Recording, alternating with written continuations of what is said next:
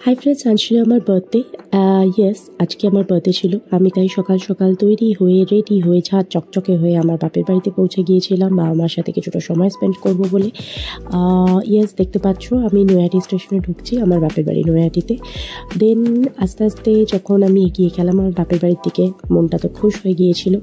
And তারপরে আমি যখন গেলাম আজকে নতুন জামা পরে, মা তো অবাক। অ্যান্ড দেন আস্তে আস্তে ধীরে পায়ে এগিয়ে যাচ্ছিলাম বাপের বাড়ির দিকে। খুব আনন্দ হচ্ছিল আজকের দিনটা, বিয়ের পরে প্রথম জন্মদিন বলে কথা। দেখতে পাচ্ছ এই যে আমাদের পাড়াতে আমি ঢুকে গেছি। তারপরে স্নান টান করে পুজো ঠাকুর ঘরে চলে গেলাম। আমার রাধা গোবিন্দকে আজকে আমি মনের মতো করে সাজিয়ে পুজো করেছি, যেটা আমার ভীষণ প্রিয় একটা কাজ। বিয়ের আগে ছিল, বিয়ের পরে খুব মন খারাপ করে ঠাকুর ঘরের জন্য, বিকজ আমি এই ঠাকুর ঘরে অনেকটা সময় কাটাতাম। এই যে দেখতে পাচ্ছ আমার লোকনাথ বাবা, আমার তারা মা, আমার মা দুর্গা এবং স্পেশালি আমার জয় জগন্নাথ। আচ্ছা, তারপরে তোমরা দেখতে পাচ্ছ আমার মহাদেব, যাকে আমি বেলপাতা দিয়ে পুরো ডেকে দিয়েছি। And yes, this is Narayanshila. Yes, আমাদের বাড়িতে নারায়ণশিলা আছেন।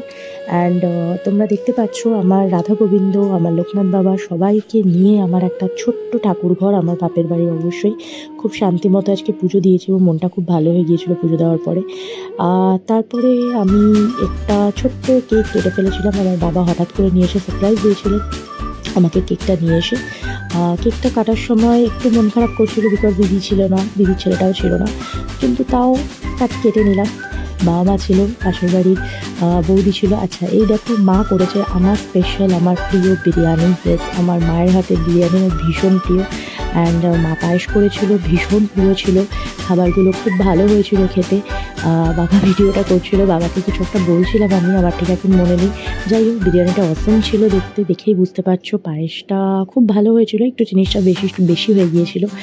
যাই হোক, তারপরে সন্ধেবেলা এখানে আসার পরে, মানে আমার শ্বশুরবাড়িতে ফেরার পরে, আমার মামা শ্বশুরের বাড়িতে আমার দাদিমা, মানে আমার দিদি শাশুড়ি যাকে আমরা বলি, দিদি শাশুড়িরা, তারপরে মাসি শাশুড়িরা প্রত্যেকে এখানে দেখতে পাচ্ছ, তারা আমাকে আশীর্বাদ করছেন, মিষ্টি খাইয়ে দিচ্ছেন। ইয়েস, এটা আমার দিদি শাশুড়ি।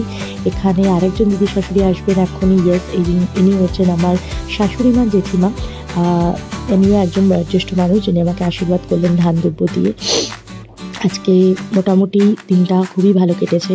তারপরে নেক্সট পরিচয় করিয়ে দিই, দেখো নেক্সট আসছেন আমার শাশুড়ি মা। ইয়েস, ইনি আমার শাশুড়ি মা। এনাকে তোমরা সবসময় ক্যামেরার সামনে দেখতে পাও না।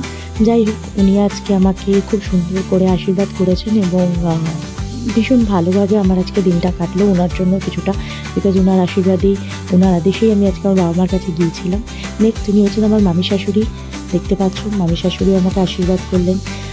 তারপরে চলে আসছেন আমার, দেখতে পাচ্ছ আমার ইনি হচ্ছেন মেজো মাসি শাশুড়ি, ইনিও আশীর্বাদ করলেন।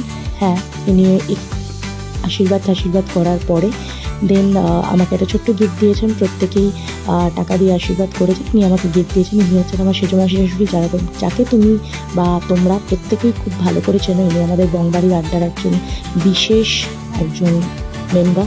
অ্যান্ড দেন এইভাবে আমার সারাটা জন্মদিন খুব ভালো কাটলো। থ্যাংক ইউ তোমাদের দেখার জন্য।